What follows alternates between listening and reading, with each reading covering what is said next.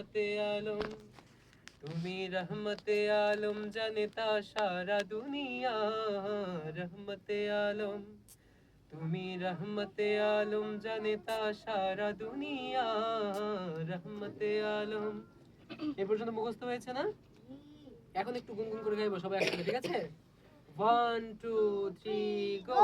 তুমি রহমতে আলম জানেতা সারা দুনিয়া।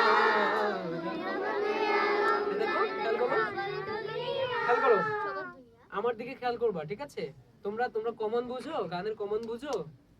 তোমাদের ভাইয়ারা গানের কমন শেখায় না? যে কোনটা হলে সামনে যেতে হয়, কোনটা হলে উপরে যেতে হয়, কোনটা হলে হচ্ছে থেমে যেতে হয়। তোমরা এই কমন গুলো শিখছো? শেখায় নাই? জানো কে কে দেখি? এই কমন গুলো জানো কে কে? এই কমন গুলো শিখতে হবে, ঠিক আছে? এটা গানের ভাষা। কারণ তুমি গান গাইতে গাইতে তোমাকে বলা হবে না যে তুমি থামো, ঠিক আছে?